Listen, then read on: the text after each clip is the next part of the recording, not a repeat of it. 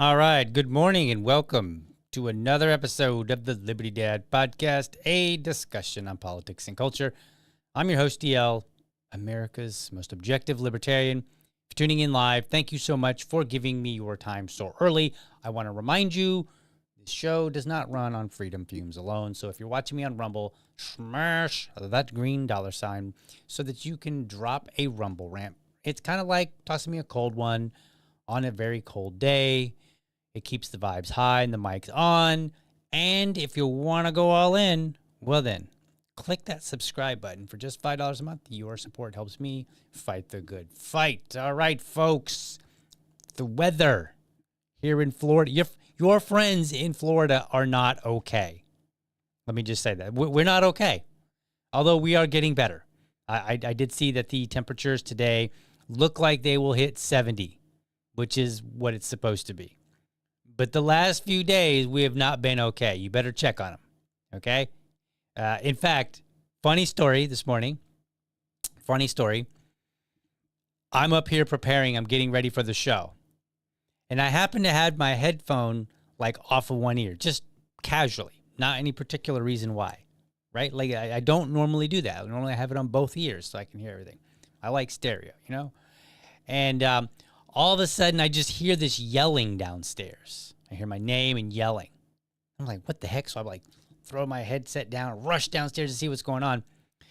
So my wife goes to the gym this morning with my son, and she gets back right about 7:15 or so.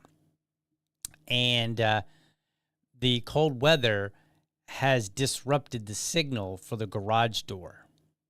So she can't open the garage door. So she texts me. Then she calls me. Then she goes to the front door and she tries to open it with the key, but we have an inside latch on it. And we have an inside latch on the back door. However, she is able to at least get it open enough because it's one of those chain latches on the back door, and she gets it open enough so that she can at least yell inside the house. So she was very, very lucky that I actually had on one headset off of my ear. Because if not, like while I'm working, I usually have like the pre-show music playing, and it's not very loud, but it's, with the headphones and the music, it would have been loud enough that I would not have heard her yelling, and she would have been stuck outside. And then, of course, my son would have been late to school. It would have been a disaster this morning. So your Florida friends are not okay. We are not prepared for this level of cold weather. And especially this early. Usually we don't hit it until like somewhere around January, maybe February. And then we'll have like 3 days of bitter cold weather. Those are my worst days. Those are the ones where nobody wants to be around me because I am just complaining and griping. It's like boo-boo lipping, like, oh, it's still cold weather and my skin is dry. And everybody's like, oh, goodness gracious. I mean, not people in Florida, but all my friends that don't live in Florida, like my family members. Like my dad lives in Michigan, and he's all like, son, you got to stop this. You're 47 years old. It's time to act like it. So anyway, that's what's going on this morning. So fun time. What do we got? This is a funny little comment here. And we know that DL doesn't look at his phone when he's doing the podcast either, so that would not work, her texting you. No. It absolutely does not help whatsoever because I do not look at the phone the last few minutes right before the show because everything that I need to do is here on the laptop, right? Like, why would I look at my phone? And it's funny because, like, if you know me, you're like, DL doesn't look at his phone. There is a moment this happens. Yes, there are moments where this happens, where I'm actively not looking. And unfortunately, so many, like people that know me, they know that I'm on my phone quite regularly. And so if they can't reach me, like I don't have any excuses, like generally, I mean, it's not entirely true, but like it's harder to have an excuse for not messaging somebody back. Because I'm on my phone so often. Now, the truth is, I am off my phone and doing things from time to time, and so I actually don't see messages right away a lot more than you might expect. Maybe I'm out working in the garage, or maybe I'm, out doing some lawn work, and then I've just got some headphones on playing some music, whatever. So, anyway, I just wanted to tell you, about the weather and about the almost catastrophe that we had this morning. Because my son wasn't even dressed for school. He has to wear a uniform to school. I know, libertarians are like, why doesn't he homeschool his kids? I don't know. Why don't you have kids? Yeah, seriously, kind of going on a tangent here. This is not within one of the topics for the day, but I have noticed that some of the people who are the most rigid in the libertarian community, who are the most rigid about homeschooling, also happen to not actually have kids. And look, I understand. People are like, dude, that's not an argument or whatever. It's as Dave Smith has once said, it is an observation. It is an accurate one. Some of the people who have the strongest views, not always, not entirely. Parents have strong views too. We're some of the most judgmental people, okay? I promise you. I've observed that as well. But some of the people in the libertarian community that have the strongest views on how you raise your children, and strongest in rigid, and they'll come at you and they'll be like, well, I don't understand why you just don't homeschool your kids. They also happen to be the ones that don't have any. It's kind of like when, before I was a parent, I was a lot less flexible with how children behaved in public. Now, I still have my line that I draw, and I'm not I didn't become a parent and all of a sudden, I'm all like, oh, it's cool that the kid is throwing things around in the restaurant and running around. I didn't become super permissive. But when I see a parent maybe carrying their child out like the child is luggage or something, screaming and wailing, I don't say, man, my child, because I know, I'm like, that could be me. That could happen, because it has happened. So I have a little bit of flexibility now when it comes to children, but I still do draw the line. All right, so let's, DL is rowdy this morning. No, I'm not rowdy. I'm just making observations. Oh, no. I'm noticing. That's how you say it now. Whenever you want to say something controversial, you just say, I'm just noticing things. How all the people that, that think the weirdos out there that are like, oh, the Jews run the world. And then you're like, yeah, what are you talking about? And they're like, I'm just noticing. That's what I'm doing. I'm just noticing things as a parent. That's all. Anyway, all right, let's get to the topic today. Speaking of kids, the first thing, whatever hate that you have for the media, it is not enough. So I saw this interesting story about J.D. Vance. He was at a TPUSA event, and he answered a woman's question regarding his wife, Usha, and how they are raising their children, because he is Catholic and she is Hindu. And this kind of stirred up some commentary in the media. So let me put it up on the screen for you so that you can see. So here we go. Look at this title. J.D. Vance slammed for saying he hopes his Hindu wife Usha will, quote, join Christianity at Charlie Kirk event. All right, so we go down. Of course, we need to zoom in on this so that y'all can see it. There we go. All right, Vice President J.D. Vance is facing sharp criticism after he told a group of college students in Mississippi that he hopes his Hindu wife, Second Lady Usha Vance, will give up her own faith and become a Christian. What? You know what? Look, I'm just going to stop right here for a second. Anybody that knows anything about Christians at all, which should be pretty much everybody in America, okay? I'm not saying America's a Christian country, but I'm just saying we have enough Christians in this country, and it's prominent enough that anybody that has ever even looked at a Christian for more than 3 seconds could have told you that a Christian spouse, a Christian person, will want their non-Christian spouse to become Christian. You don't even really have to ask. There is nothing controversial here. This is oh, water is wet? Yes. And Christians want non-Christians to become Christians? Also yes. News at 11. Maybe I am rowdy today. I don't know. We'll see. It's the weather. I blame the weather. I've been struggling. I've been struggling so bad over this weather. It kicks my butt when it gets this cold. And then, and then just all the things that I've got going on. Anyway, the vice president was speaking at the University of Mississippi at an event sponsored by Turning Point USA, the group founded by slain Christian conservative activist Charlie Kirk.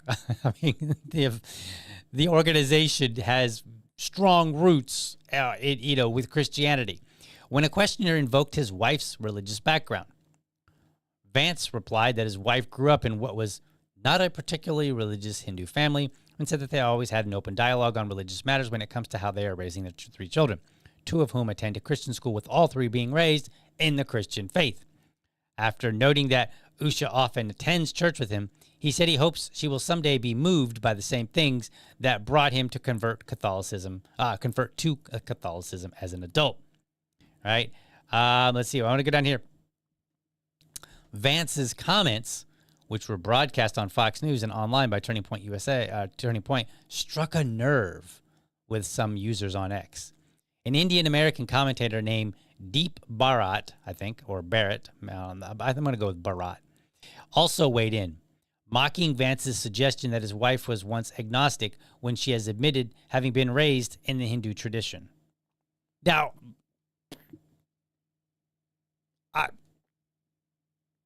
who's going to know more about J.D. Vance's wife? A rando Indian-American commentator? Or, I don't know, J.D. Vance himself? I don't know. It's a tough one there. like he's mocking him. Okay. Here's what he said. LOL, ha ha ha emoji, right? Usha Vance is Hindu, not agnostic. This is not very hard for you to follow. They even had a Vedic Hindu wedding, and one of his kids' name is Vivek. The biggest hypocrite of them all is J.D. Vance, which is why he isn't going for if nominated in 20. Okay, so dear Deep Bharat,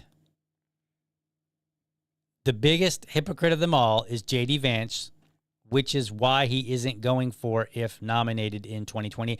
That's not even a complete sentence.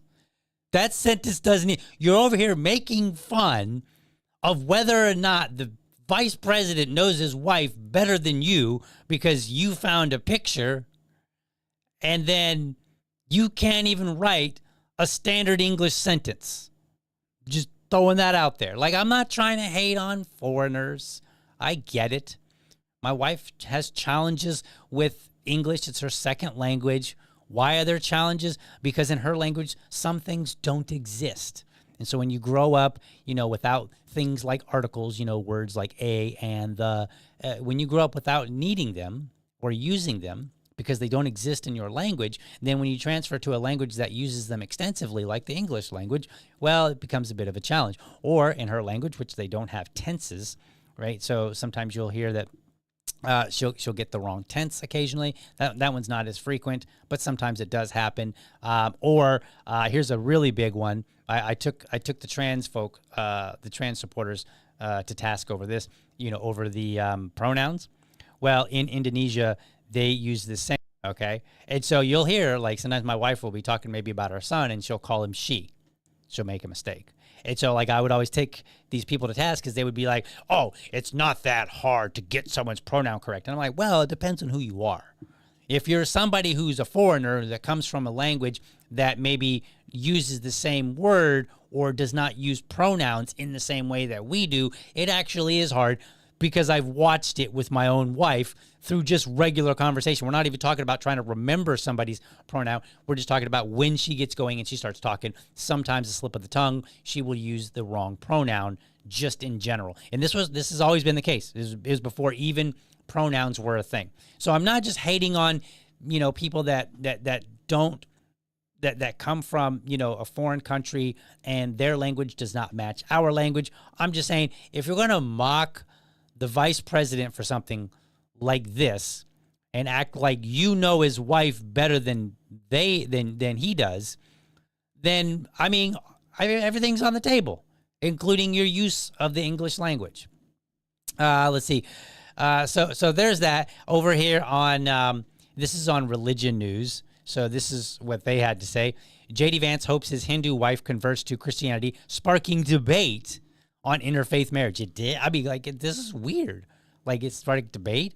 All right. Vice President J.D. Vance recently told a packed college arena that he hopes his Hindu wife would someday convert to Christianity, thrusting into the spotlight the deeply sensitive challenges facing interfaith couples. Experts who have counseled hundreds of couples who don't share religious beliefs say the key is respect for each other's faith traditions and having honest discussions about how to raise their children. Most agree that pressuring or even hoping the other would convert could prove damaging to a relationship, and all the more so for a couple in the public arena. And they quote somebody, "To respect your partner and everything they bring to the marriage, every part of their identity is integral to the kind of honesty that you need to have in a marriage," said Susan Katz Miller, author of the book Being Both: Embracing Two Religions in One Interfaith Family. She went on to say, having secret agendas is not usually going to lead to success. Oh, a secret agenda now, right? Like, this is what I mean when I say, whatever hate you have for the media, it isn't enough. Because I have the clip of J.D. Vance. So you heard their framing. Let's go listen to the question and how he answered it. Let's go over here to Dad TV, and we're going to check this out. All right. Here's what J.D. Vance said. What I want to ask is, you are married to a woman who is not Christian. In her Wikipedia, I mean, I just looked it up. I wanted to know what her faith was. I didn't. Okay. So can I give some advice to college students out there? If you have a question for a speaker, it doesn't matter whether it's the president or whatever, please be more informed than I just looked it up on Wikipedia 5 minutes before I got up to the microphone. I think all is fair. You know, everything's fair. I don't have a problem with the question. But I think you should be a bit more prepared than I just looked it up on Wikipedia. Because there's just something that feels off about that. You know, it doesn't feel like it's been a question that's burning on your mind. When I go to an event and I have a question for somebody, I'm thinking before I even get there, I'm like, what would I like to know from this speaker if I get a chance to ask them a question? You know, what's one question that I just don't see answered that I would like to have an answer? That's what I have. That's what I think about. I don't get there and like, let me rummage on Wikipedia and see what I can find that I can, you guys are different faiths.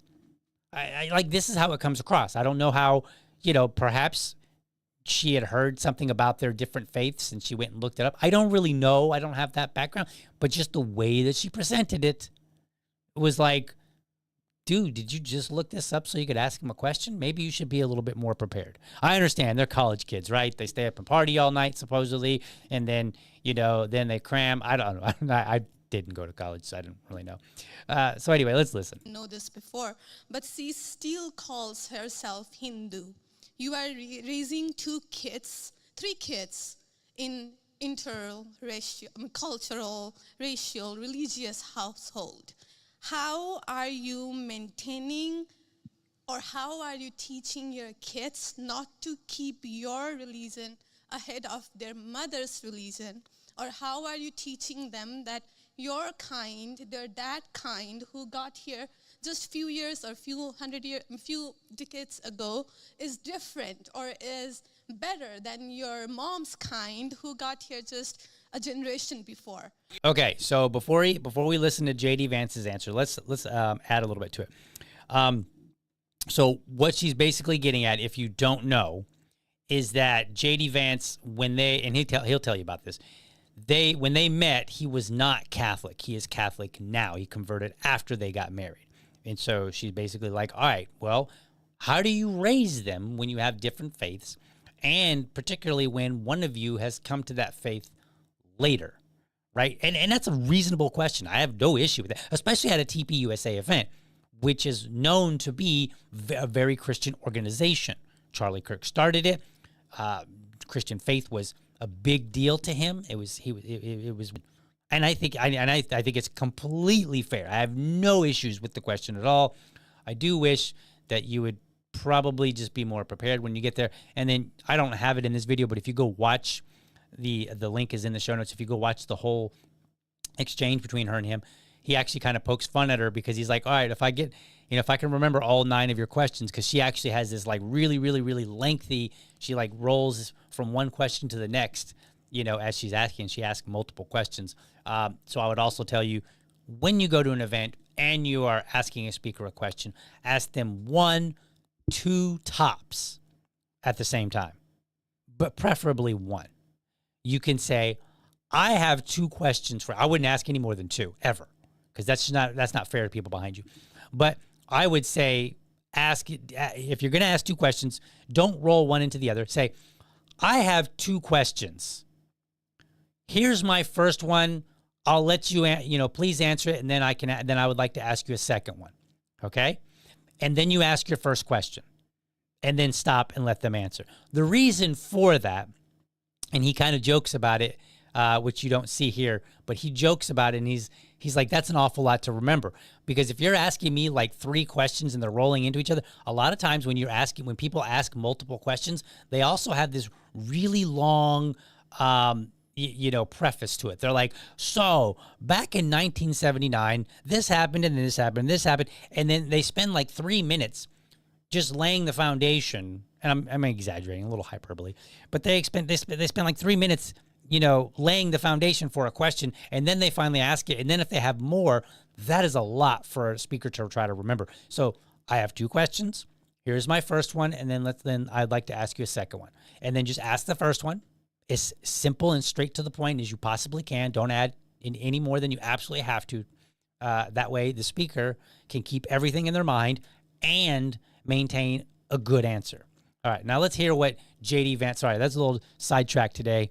I'm a little sidetracked, I guess. Kind of going on some tangents, but that's okay. So now let's listen to J.D. Vance's response, and we'll see if it matches up to the narrative that's being painted by the media.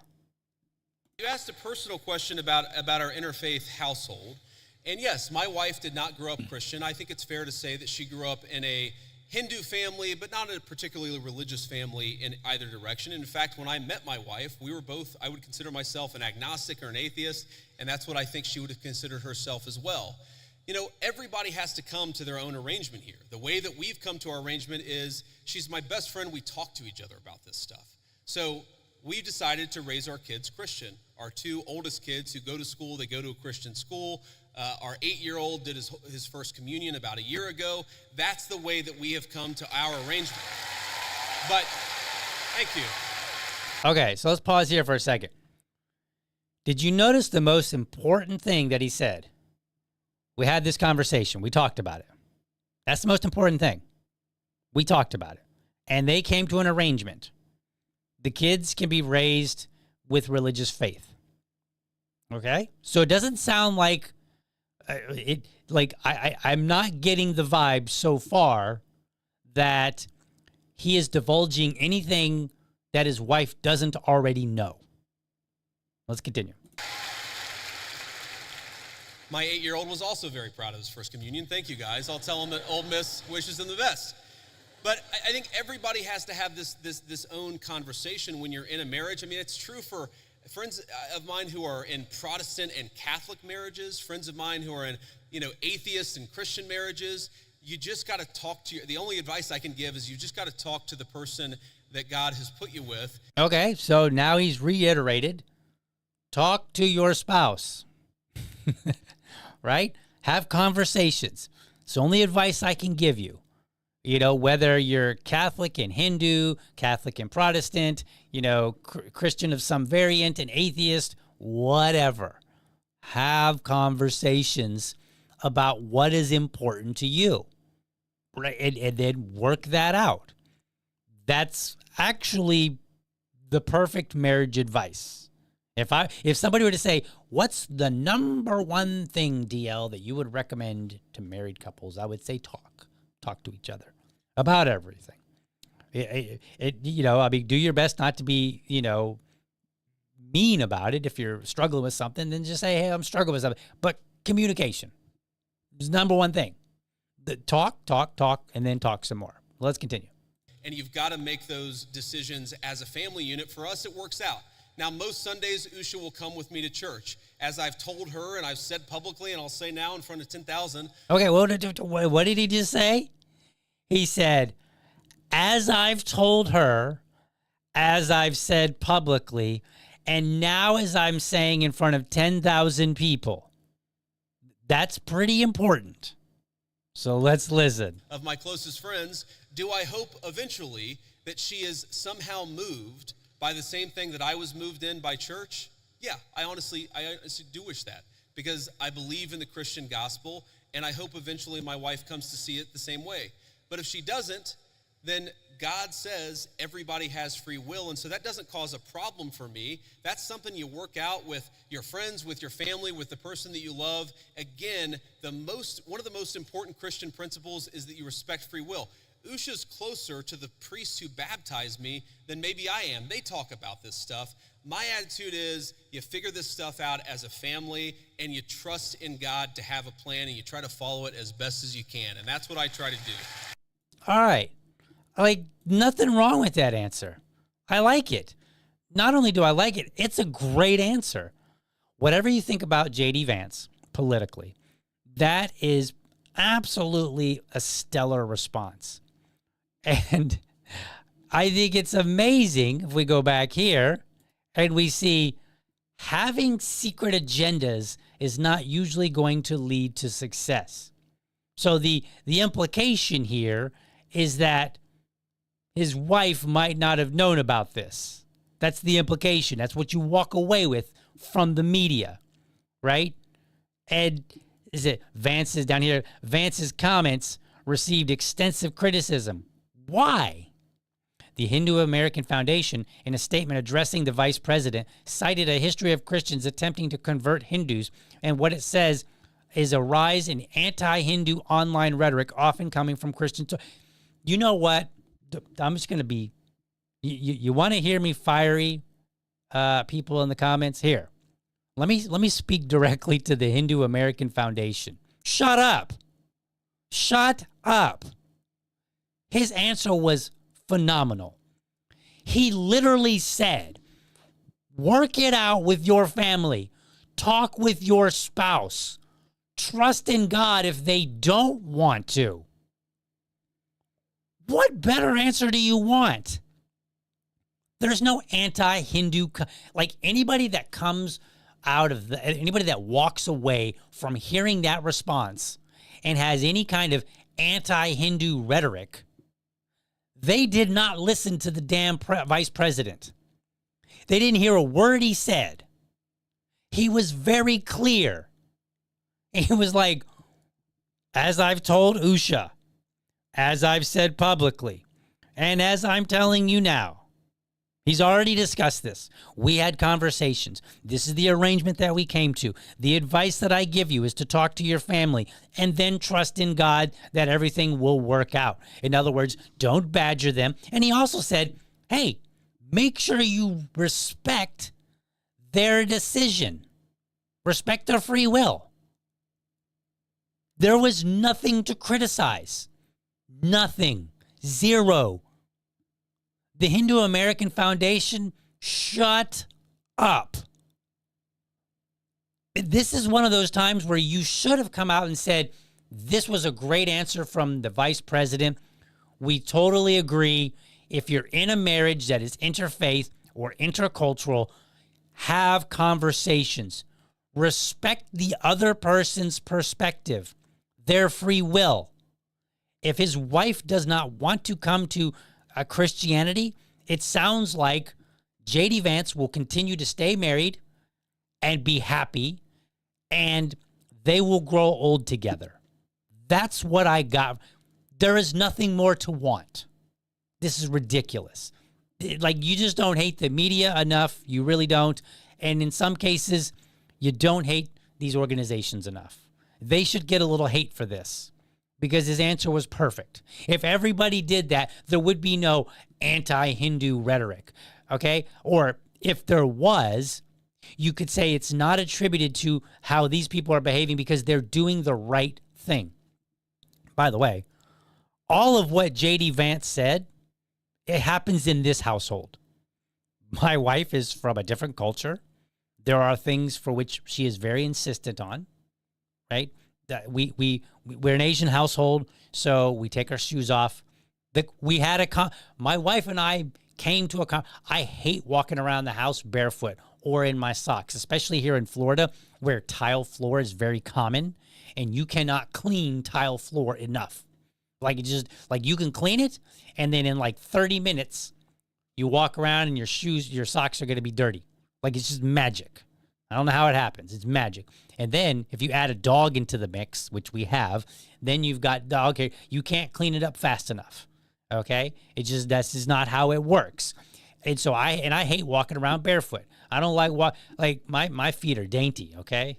No, they're not dainty, but they're delicate. Okay? I don't run around barefoot.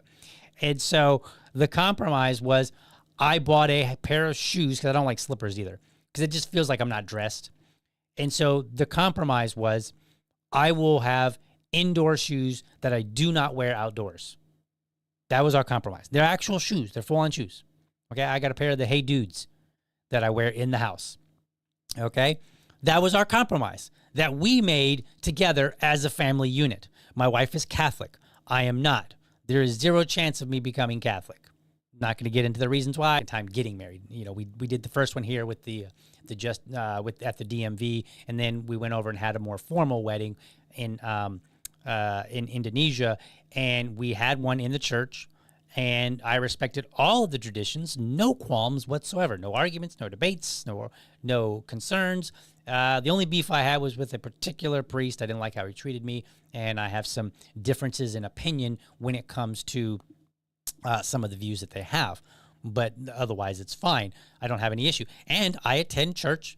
I actually attend 2 churches right now because I'm exploring, I'm exploring Protestant faiths. And so I will kind of back and forth go to Catholic church with my wife, and then I will sometimes go to a church by a Reformed church that one of my friends is the pastor of. And so I'll go and check out that church, and I've been just kind of exploring and poking my head in and seeing things. And this works out great for us. And my son, he is now going through CCD, which is catechism. I don't remember what it's called. But it's basically the training, the education that young kids get, and perhaps maybe new converts, I'm not sure exactly, but definitely young kids get as they move toward becoming Catholic and getting confirmed and all that stuff. I have no problem with him going through and becoming Catholic. It doesn't bother me. And even if I were to convert formally, I'm more of like a deist at this point. Even if I were to convert to, a Protestant faith, I will still respect my wife's faith. And just like J.D. Vance, we've already had these conversations. And so for me, I look at it and I go, he's doing exactly what I'm doing, exactly what any family should do that has, different cultures and different faiths, whether they came into it as different faiths or whether one of them converted at some point after they got married. That's exactly. So, yeah, this whole nonsense, mocking him or suggesting that, there's some kind of rhetoric that we need to, compensate for, it's garbage. Absolute garbage. Get out of here with that nonsense. I need like some sort of button or sound or video when I want to just be like, get out of here with that and just like push it. That'll be my, anyway, so I'm going to look for that. So, all right. So there we go. There you go. You don't hate the media enough. You don't hate your government enough either. Why? Let's talk about some Epstein files. So I've got this other article here. This is from the New York Times. We're not going to read all of it. We'll just read enough of it. So let's see. Where do we want to go here? Boom. There we are. And let's see. Let's zoom in on it for you guys. Epstein alleged in emails that Trump knew of his conduct. In a message obtained by Congress, the convicted sex offender Jeffrey Epstein wrote that Donald J. Trump spent hours at his house with one of Mr. Epstein's victims. Goes on to say, House Democrats on Wednesday released emails in which Jeffrey Epstein wrote that President Trump had, quote, spent hours at my house, end quote, with one of Mr. Epstein's victims, among other messages that suggested that the convicted sex offender believed Mr. Trump knew more about his abuse than he has acknowledged. This is important. Mr. Trump has emphatically denied any involvement in or knowledge of Mr. Epstein's sex trafficking operation. He has said that he and Mr. Epstein, the disgraced financier who died by suicide, right, in federal prison in 2019, were once friendly but had a falling out. But Democrats on the House Oversight Committee said the emails, which they selected from thousands of pages of documents received by their panel, raised new questions about the relationship between the two men. In one of the messages, Mr. Epstein flatly asserted that Mr. Trump, quote, knew about about the girls, end quote, many of whom were later found by investigators to have been underage. In another, Mr. Epstein pondered how to address the questions from the news media about the relationship as Mr. Trump was becoming a national political figure. Committee Republicans on Wednesday released the rest of the newly obtained material, condemning Democrats for choosing 3 that referred to Mr. Trump. Why would you condemn that? I mean, I know why. It's politics, right? But which side are you on? Are you on the side of victims or are you on the side of the president? Now, do we have a smoking gun with the president? No, we do not. Again, even as the New York Times here said, it's suggested that he knew. And it's not clear to what extent he knew, right? So we don't know yet. There's a lot of unanswered questions. But it looks like the president kind of had some clue. Now, what clue was that? It could be a lot of clues. I'm sorry, it could be a lot of things. It could be that Mr. Trump just had a suspicion and then just said, you know what? I suspect this guy is a dirty dude. I don't want to have anything to do with him. Maybe that's it. Maybe he knew full on. Maybe he was aware. Maybe he knew exactly how old some of these girls were. Maybe he knew exactly what was happening. I don't know. That information has not yet been revealed. But I understand the idea of condemning them because it's like, oh, you chose the 3 worst ones. But he is the president. He's kind of important. And he said, which we'll get to in a moment, that he would release the information, which a lot of his own supporters are angry at him over. They also identified the unnamed victim mentioned in 2 of the emails as Virginia Giuffre, I think that's how you spell it, Giuffre, I'm not sure how you say her last name, who died by suicide, okay, in April, and had said that she had not witnessed Mr. Trump participating in the sexual abuse of minors at Mr. Epstein's home. Okay, well, that's good news. That's good news that there's no evidence so far that he's done it, that it doesn't guarantee that he wasn't participating, but that's a good thing to hear about the president when it comes to this case, right? If I would love to know, I would love all the evidence to come out, and then I would love to find that, hey, our president was not among the abusers. That would be fabulous, right? Not because I like the president, because I don't want the president of the United States being found to have been involved in something like that. We know that people were, and they should be punished. And hopefully we didn't elect one of them. That's kind of where I'm going. All right. In a statement, Carolyn Leavitt, the White House press secretary, cited Ms. Giuffre's past remarks about Mr. Trump, denouncing selectively released emails that she said were meant to smear the president. Here's the thing. You cannot smear somebody if they had no involvement. Right? It's harder to do. Like, for instance, let me just put it this way.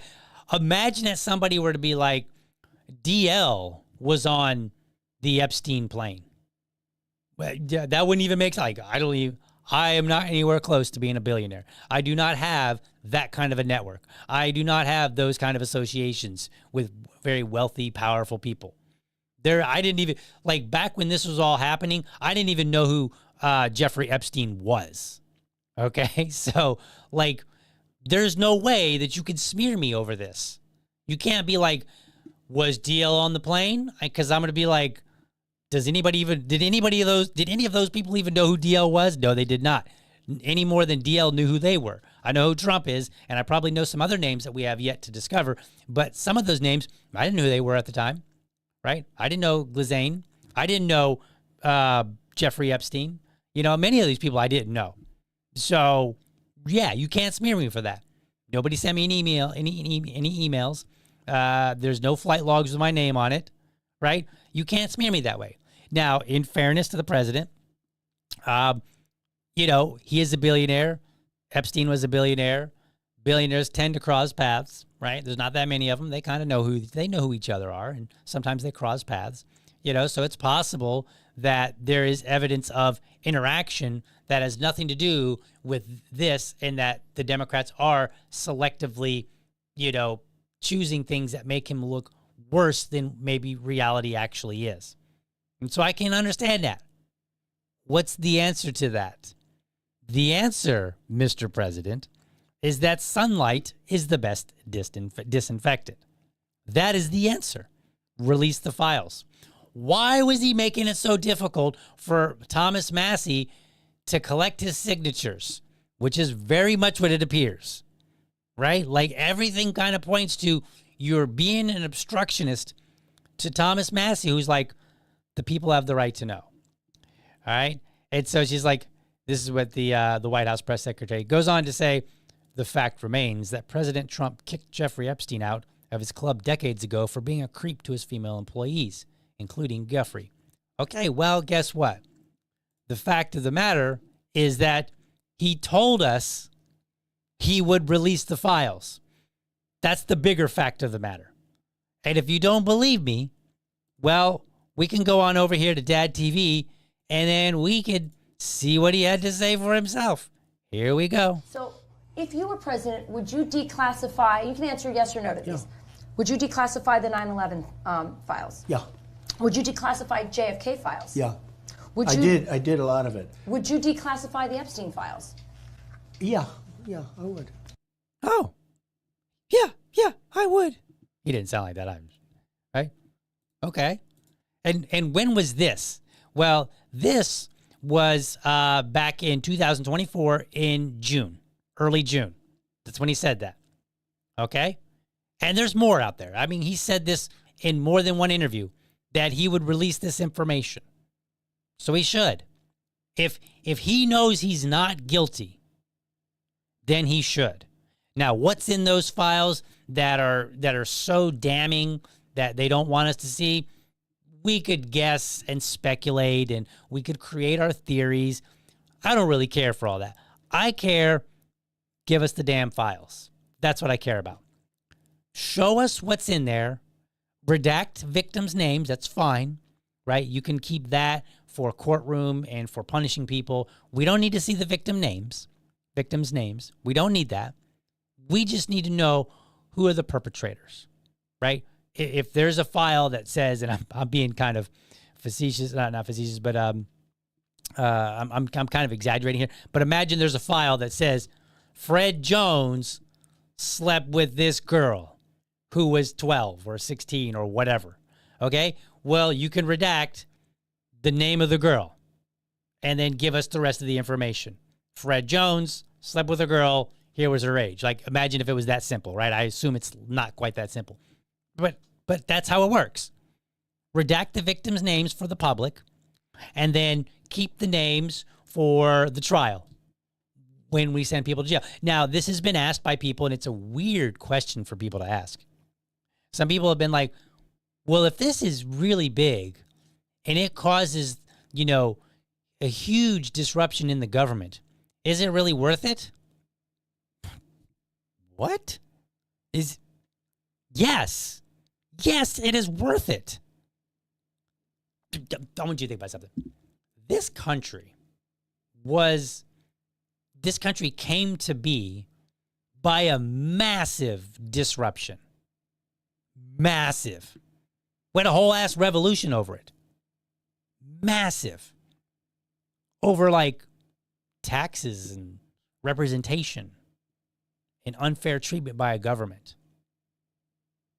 What do you think this is? If we have government officials that are engaging with private citizens, right? Now, look, private citizens doing bad things, that is evil enough.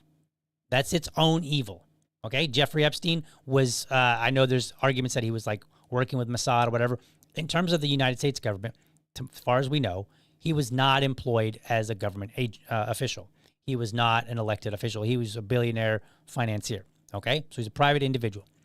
Him doing horrible things is one horrendous thing. That's a problem.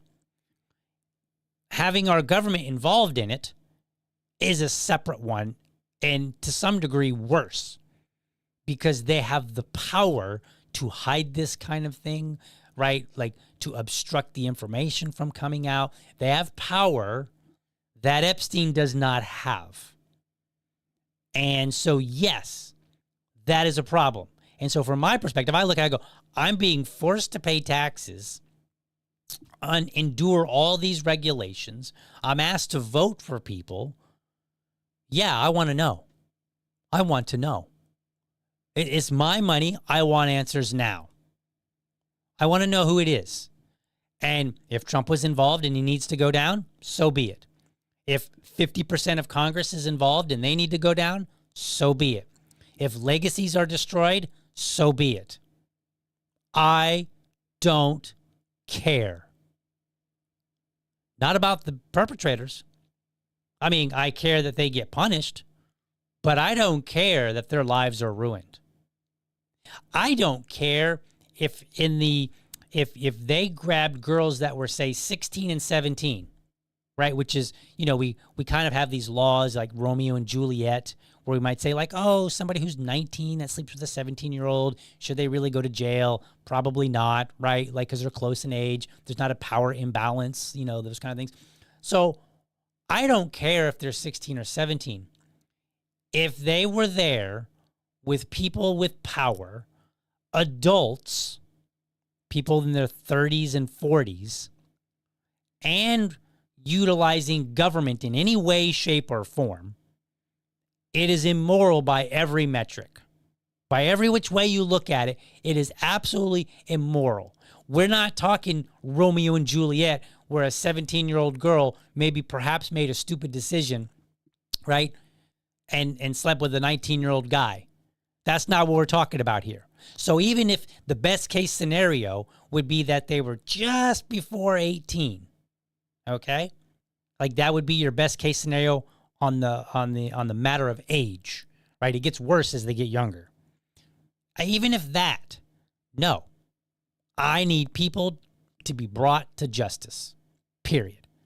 And if it brings down half the government, we can start over with brand new people.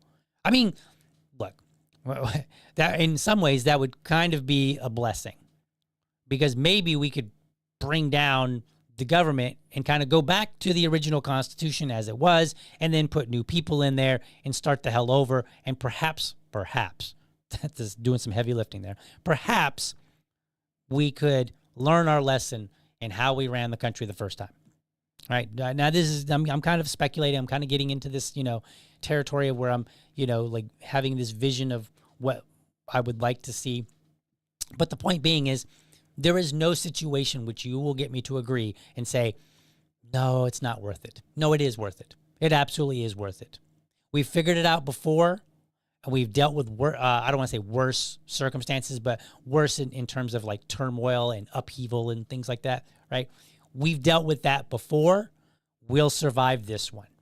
Bring them down if we have to. Unveil all of the information. The only thing that I would say that I would agree to is redact victim names. That's it. We don't need victims being dragged again. But all their perpetrators, all the guilty, bring them out. And if that's the president, too bad. Too bad. I've said this in the past. This is my position when it comes to these kind of things. I think ideally, you would have people that are adults that enter into relationships, and they have your stereotypical relationship, right? They don't do anything too weird. But if you're an adult and you find another adult and you want to engage in some weird stuff, it's all consenting. Okay.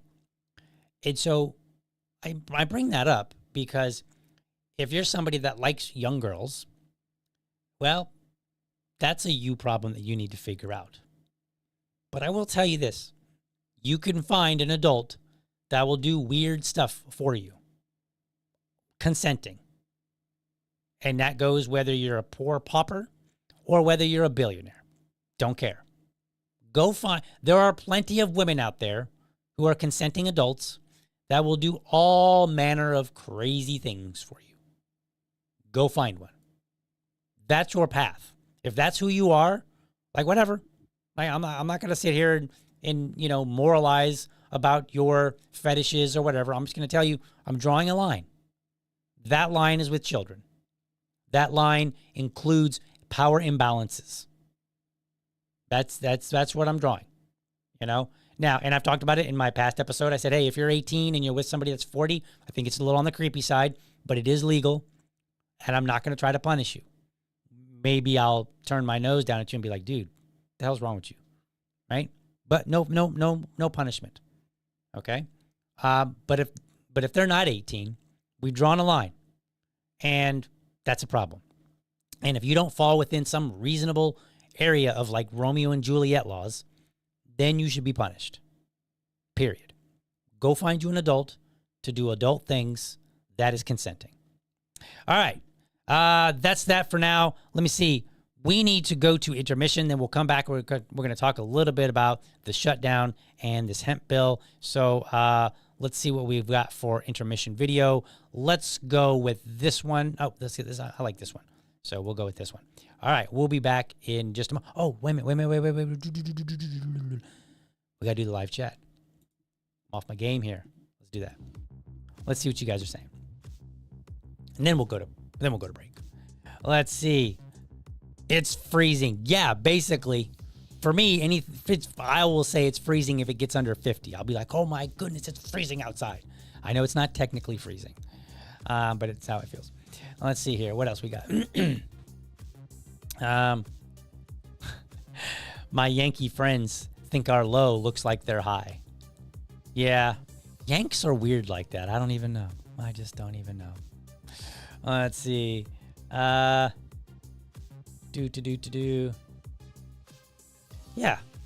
This is the problem. Too many people worry about what other people do in their house. Mind your business. You do you, boo. That means you leave me alone too. I agree. Now, if you're a public figure, I think a lot of questions are on the table for you.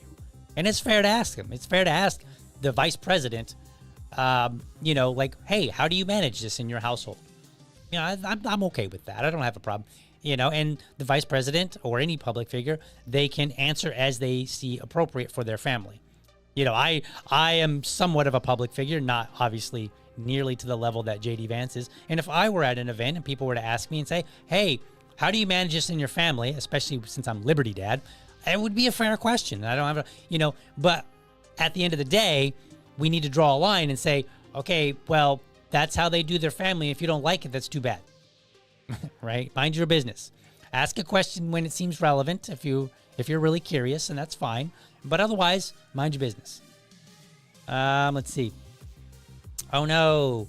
YouTube is super glitchy today. Glitchy today. Glitchy. Just kidding. I'm trying to be funny. A little humor today. Let's see what else we got in here. Yes. If I'm not mistaken, he collected all the signatures he needed last night to open up the government. Boo on that sense. So, like, she's talking to that Liberty lady's talking about Thomas Massey. So, in the sense that he collected all the signatures he needed. Oh no! I'm sorry. I'm getting them confused. I'm sorry. Let me back up. I'm just. He collected all the signatures he needed to release the Epstein files. I don't know why I was thinking. I've got a couple thoughts going on in my mind. Yes. And in that context, that is awesome. That is great. And I saw that they were trying to badger Lauren Boebert to, like, apparently the president and some other people reached out and they were like, yo, you got to withdraw your name. And she's like, yeah, no, I'm not convinced. So good on her. Good on her and all 217 of the other people who signed on. And supposedly, I think Mike Johnson said that they're going to have the vote next week. And there was some Republican guy, I don't know who he was, he had come out and said, we tried to have it sooner, but it wasn't happening. I don't know if he was just playing games. You got to be careful. You got to know how things are supposed to work so that you know if somebody's trying to just do some gamemanship to make themselves look good. But as far as I know, the path that we're on is a happy one right now in terms of getting the information. We'll see if some other stunt is pulled. Let's see.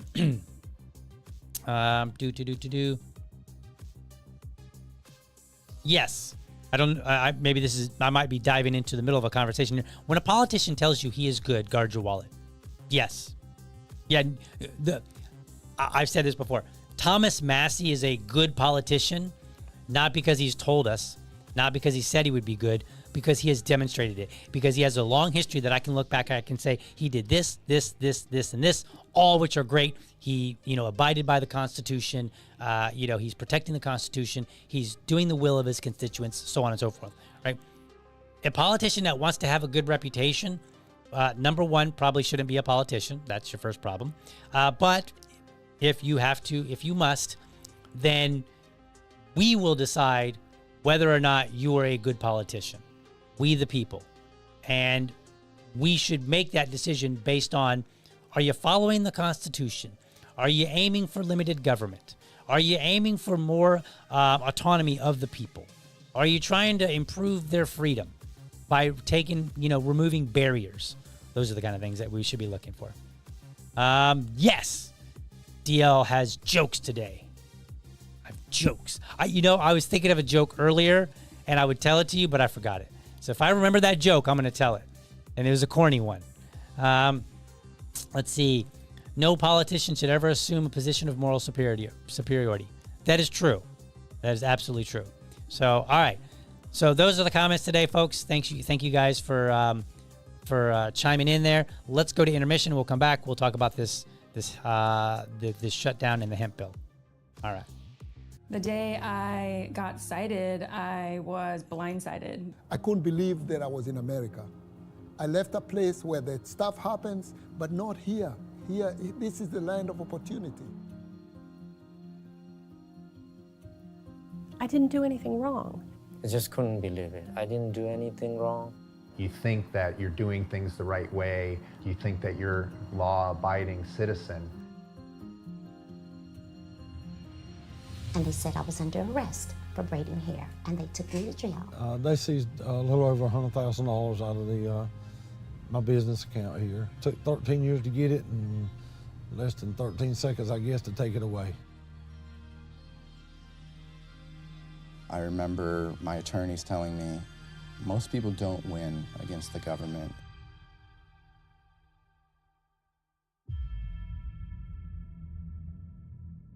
Because I know now that we have more than just a chance. I know that we're going to keep our homes.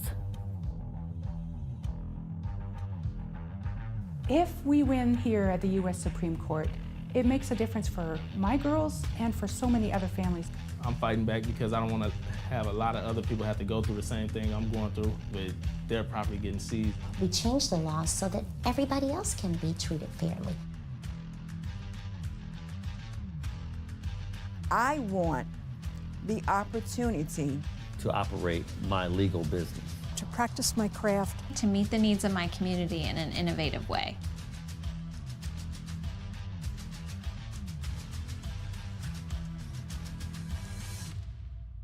And someone has to stand up.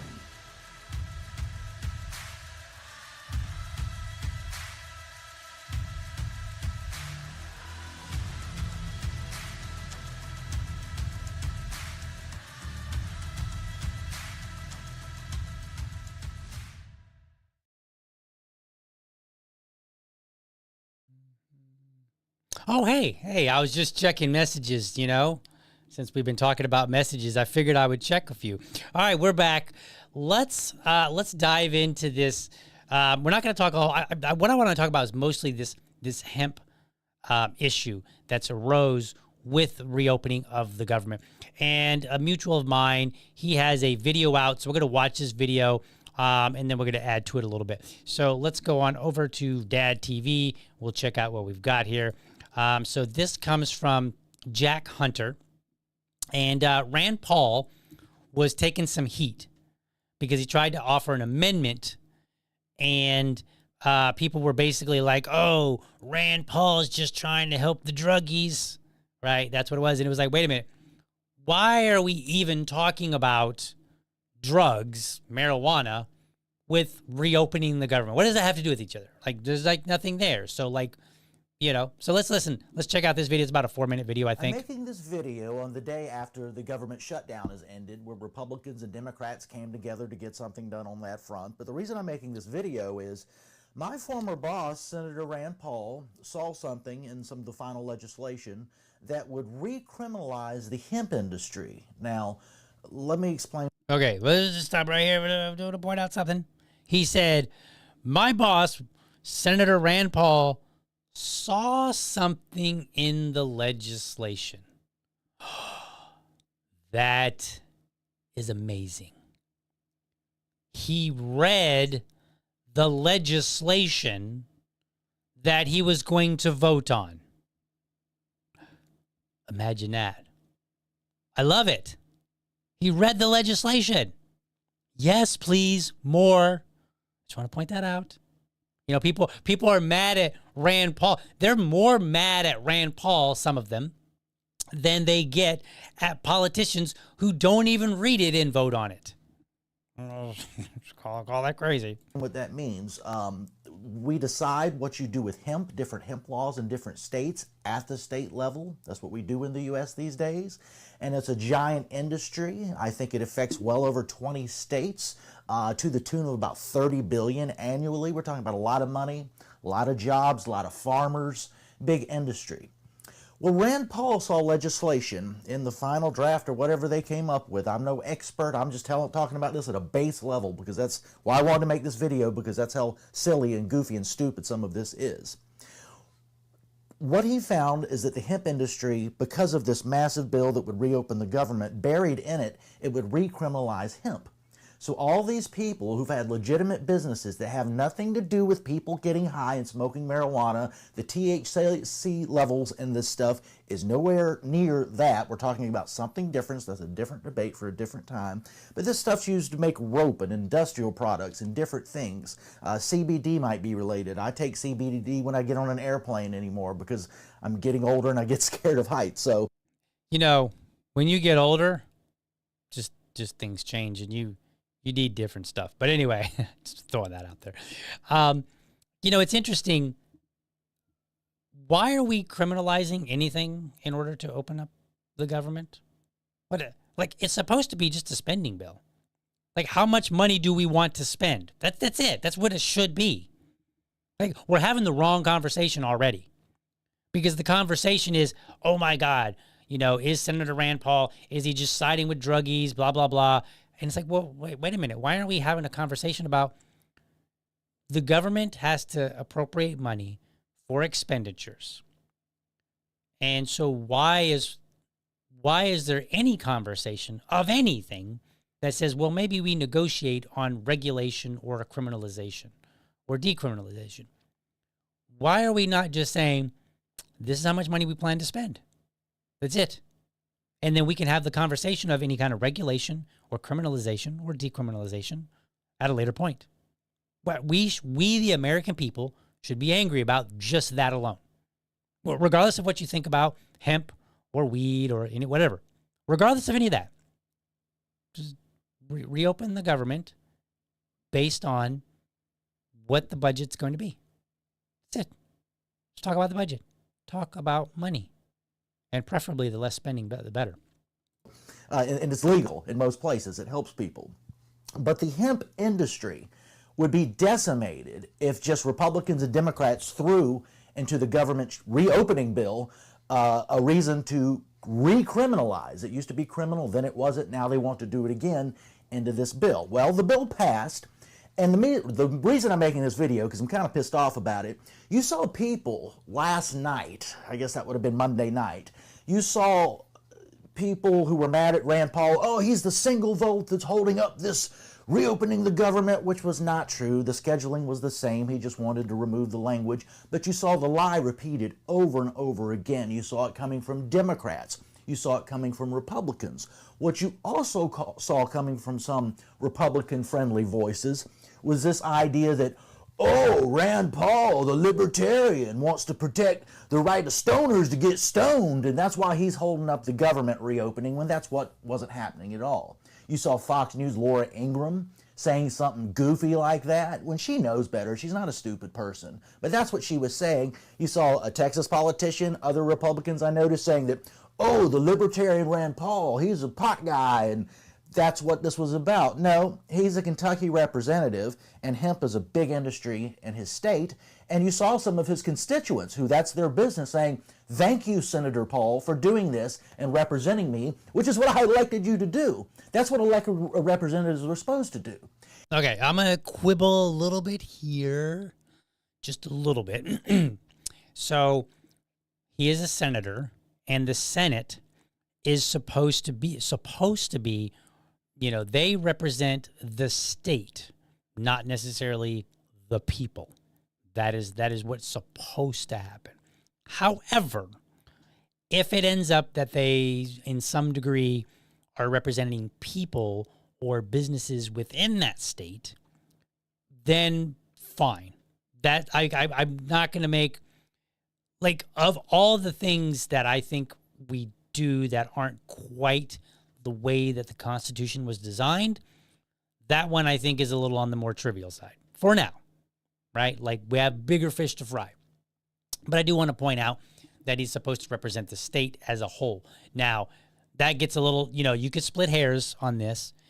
So if you have a large industry within Kentucky, a hemp industry, and then that industry would harm the state, then in a sense, he is still working in Congress to represent his state, even if he's not taking direction necessarily from the state itself, but necessarily from the citizens of that state, right? So you see why I'm not willing to get too bogged down in hair splitting, because, you know, like if you got these hemp farmers and they're the ones directly reaching out to him and they're just kind of bypassing the state. So in a more ideal world, he would go and talk to his state rep, you know, the state the state representatives. So their House and their Senate, and they would say, our constituents have this issue. We need you to represent our state in this way.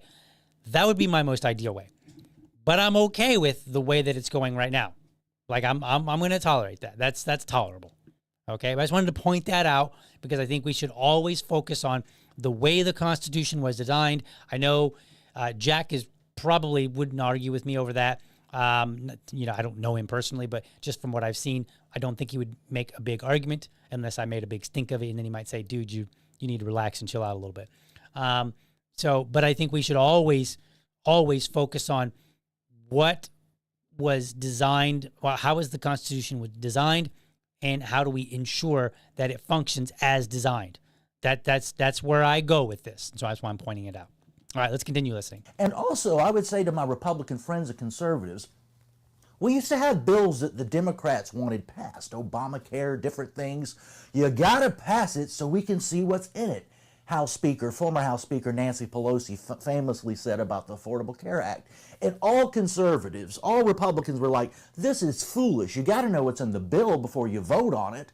Well, Rand Paul saw something that anybody who cares about business and free markets and capitalism in this country would have a concern about. It's a big business in the United States, lots of jobs attached to hemp, obviously, you know, products that we use, and just a big industry that's going to really hurt people if all of a sudden, for reasons other than goofy, uninformed people saying, oh, it's about wacky tobacco and Rand Paul's a libertarian, if that's the basis of recriminalizing this wonderful industry that does so much good for so many people, what are we even doing? How are Republicans any better than Democrats were with Obamacare and, well, we got to pass it to see what's in there, as Pelosi said? I thought this was absolutely ridiculous. It was absolutely clear that the hero in this thing, who was getting bullied and ganged up on, was Senator Rand Paul. He was the real constitutionalist in this, certainly the fiscal conservative and all the other things that he took an oath to do when he took a pledge to the Constitution. But he was the good guy, and the people criticizing him, whether you're Democrats or Republicans, and especially Republicans who should know better, they were the bad guys. We'll see where this goes from here. I hope a bunch of people in the hemp industry in this country don't get hurt financially and otherwise. We'll see what happens. I know Senator Rand Paul will be fighting for them, as he did with this, and he will in the future, because he's one of the good guys. And the people who were jumping on him about this and other things, but particularly this about hemp, they are the bad guys, and I don't care which party they're in. Spot on. He's spot on. These, they are the bad guys. Rand Paul was doing exactly what he's supposed to do. He's supposed to read the legislation, and then he's supposed to say, whoa, whoa, whoa, wait a minute. This is a problem. Let's fix this. He did his job, right? And I 100% agree. Now, I will point this out. So here's an article from Florida Phoenix, and it says, Floridians react to federal legislation that could devastate state's hemp industry. The proposed legislation would revise a loophole in the 2018 Farm Bill that allows sales of hemp-derived THC products. So, even though I agree with, I agree that Rand Paul was not out trying to represent potheads. That's not what he was representing. He was representing business in his state, a multi-billion-dollar business, and saying, whoa, whoa, wait a minute, why are we criminalizing something? That is a problem. But it is not the case that marijuana or THC is necessarily completely unrelated. So let's read through this article here. Florida's multi-billion-dollar hemp industry is in jeopardy of collapsing due to federal legislation approved by the U.S. Senate on Monday night, and both proponents and critics are only now grasping the significance of what is at stake. As part of the continuing resolution to reopen the federal government, the Senate has passed a measure that, according to a Senate Appropriations Committee bill summary, prevents the unregulated sale of detoxing hemp-based or hemp-derived products, including Delta-8, from being sold online, in gas stations and corner stores, while preserving CBD and industrial hemp products. If approved by the House of Representatives later this week and then signed by the president, the measure would go into effect in 365 days. Everyone in the hemp industry knew the government would eventually close or tighten the loophole, but I think many felt that there would be some form of working with the industry to effectively regulate, says Zach Coburn, a Fort Lauderdale attorney with the firm of Saul Ewing, who works in the hemp and cannabis industry.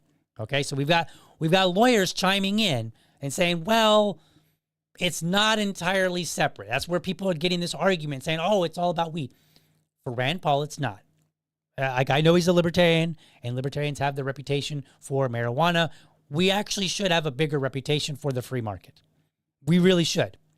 That's our big thing. If you watched the show the other night, Tuesday night that I was on, Are You Smarter Than a Politician? One of the things that I got a lot of credit for from people in the audience was my answers. A lot of them, 4 or 5 of them, were about the free market and making sure that it was freer or as free as it should, or as free as we could possibly make it. Right? I kept deferring to the free market. So libertarians really should have that reputation. So if you're a libertarian and you're watching, make sure you talk a lot about the free market. Just annoy people. Do one of those memes where it's like, you know, like the girl standing up against the wall and it's like a tuba, I think is a tuba player, and the tuba is like over her face and it kind of like represents, you know, somebody blasting, you know, information. Be that meme when it comes to the free market. Just, you know, if somebody's like, hey, how are you doing? You're like, well, I could do better if the free market was more free. Right? You just annoy people. You get on the elevator and someone's like, good morning. And you're like, it'd be a better morning if there was a more free market.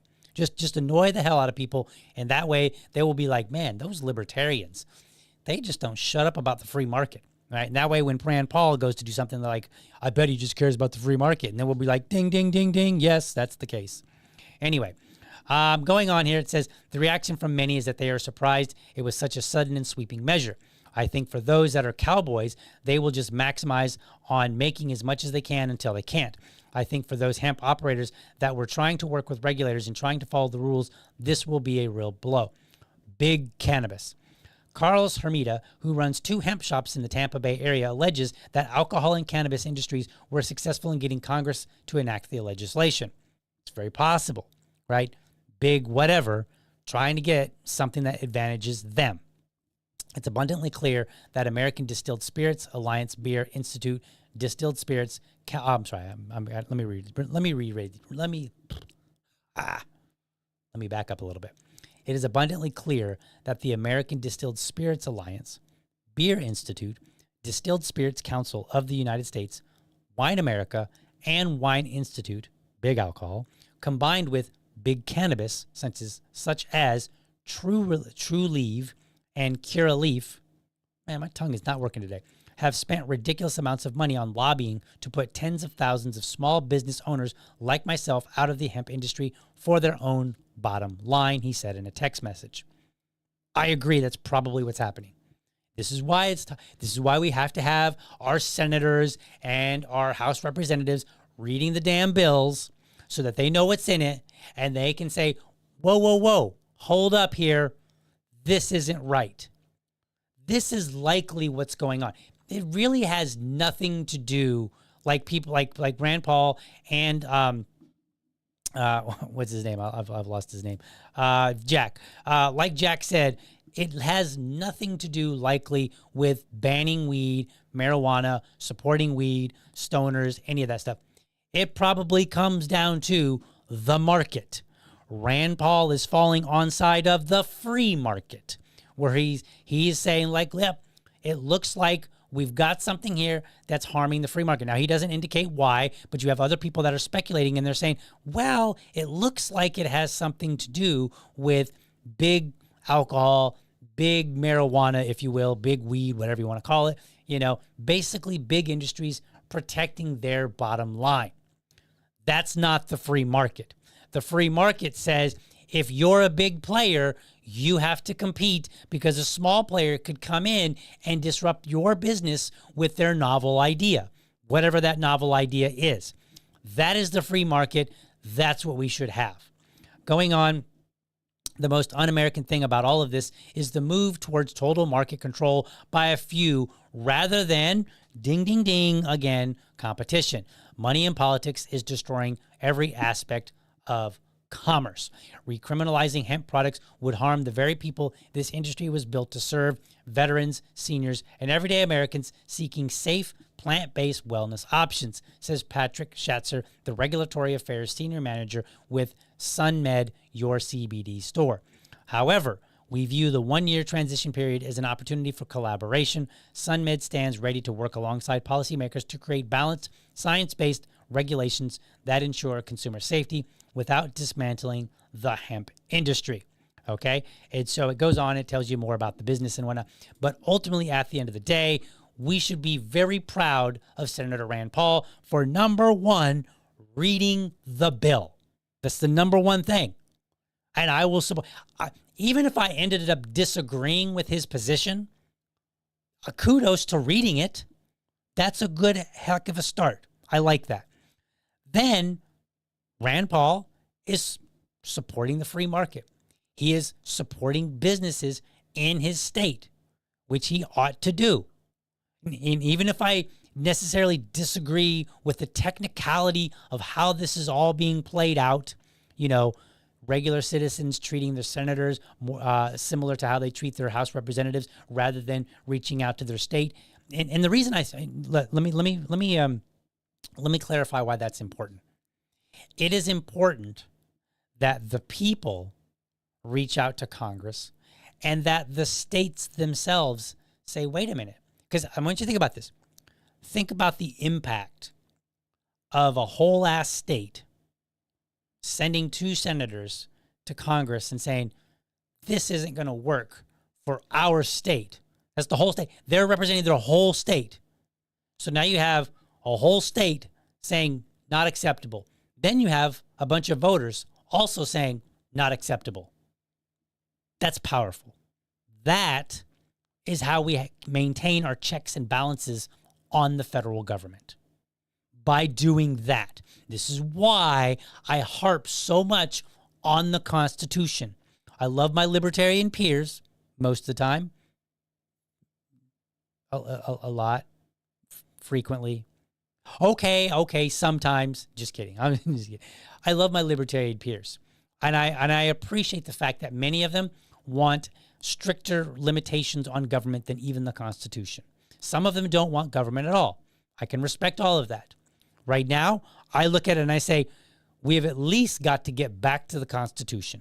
We at least have to understand how it was designed, why it was designed that way, and really focus on that.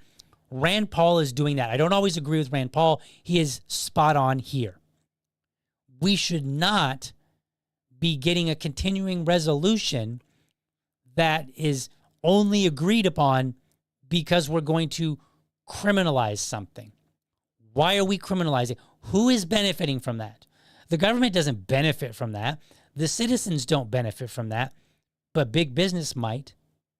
And I think there's an argument to be made that this is at the behest of big business. We, the voters, should shut this down. We should, and everybody that's out there criticizing Rand Paul, libertarian, weed, blah, blah, blah, that's ancillary. Okay, that's basically secondary. But the primary focus is the hemp industry. Stop getting in their way. We actually need to be removing regulations, not trying to add them, not trying to criminalize things. Then after that, we can have a conversation about drugs. I get it. You don't want people using drugs. Well, some 20-some states have already decided that.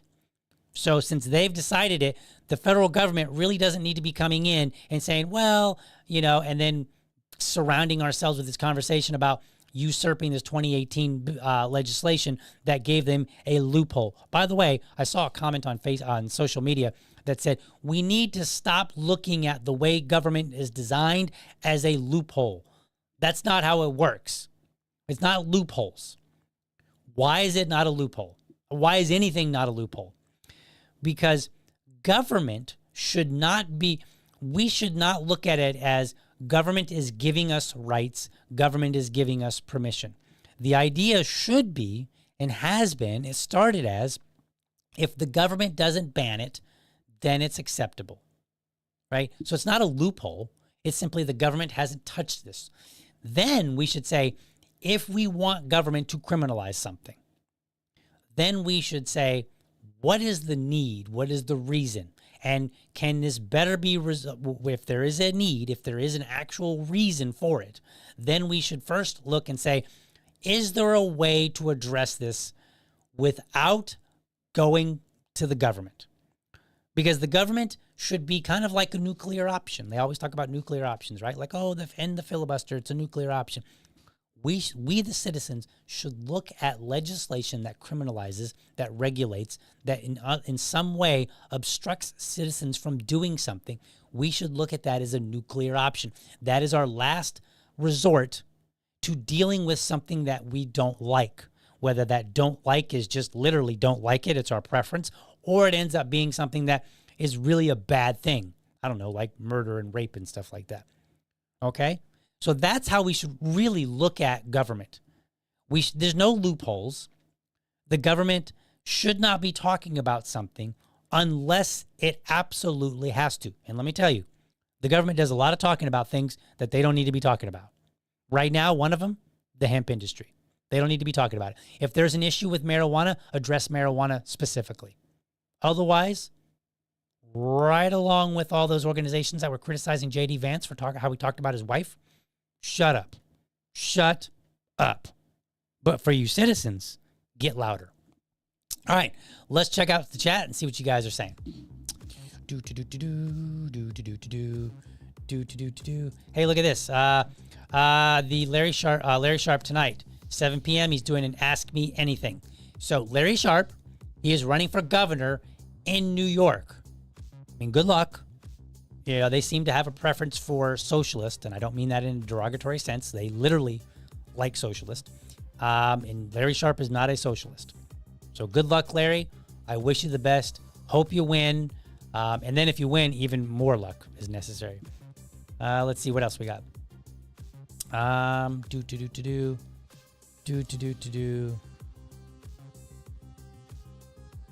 Here's an interesting. Prohibition came from not just the temperance movement. How much money do a bunch of Christian ladies have to bribe politicians? Yeah, money. Money. Where's my little button here? I've moved things around, so I don't have my button now. What's I've lost stuff. Sounds. There it is. Money. I got to get used to. I was changing some things on one of my devices here, and I'm in the process of updating it. So I was like, I don't know where everything is. Money. That's what's going on. Politicians can count one of two things: your vote and your money. So make your vote count. Make your voice count. That's interesting. Larry would tell you the state will go gold before red. I'll take it. If New York State will go libertarian before they go Republican, all the better. Love it. All right, folks. That is my show. Hope you enjoyed it. Hope you maybe walked away with a little bit of inspiration to hold your representatives more accountable, demand that they read bills, and maybe, just maybe, you're a little bit more motivated to say, you know what, that whole Constitution thing, we should stick to it a little bit better. We should go back to that. That's a good thing. But that's a wrap for this episode. Let me know in the comments whether you're watching now or watching later. Stop back by in a little bit and say, hey, DL, I was just thinking about this. Drop me a comment. Maybe I missed something. Maybe you got a correction. Maybe I got something wrong. Maybe you just want to come in and just be like, DL, you're so wonderful and so great. I can't believe you're not bigger than you already are. Why aren't you bigger than Tim Pool and everybody else? I don't know why. Or maybe you just, just come in and just say hi. Whatever the case, help the algorithm out. But I'm all ears for whatever you have to say. With all that being said, I'm out for today. I'll see you tomorrow with another episode of Dad Talk. You know that I'm all about supporting organizations that hold my values. Make sure you head on over to blackgunsmatter.shop. They've got apparel, stickers, and more. Use the code LibertyDad, all one word, at checkout to score a 10% discount. Or just hit the referral link in the show notes. That'll make it so much easier. Remember, I'm not just a voice on a mic. I'm a dad who's working hard to deliver to you the best libertarian content. Connect with me on Linktree, where you'll find links to my Patreon and buy me a coffee, because every bit helps keep this show rolling. Plus, you can find me on my other platforms to stay in the loop. With your help, this show, The Message of Liberty, will be seen and heard by more people. As always, I appreciate you tuning in and look forward to seeing you in the next episode.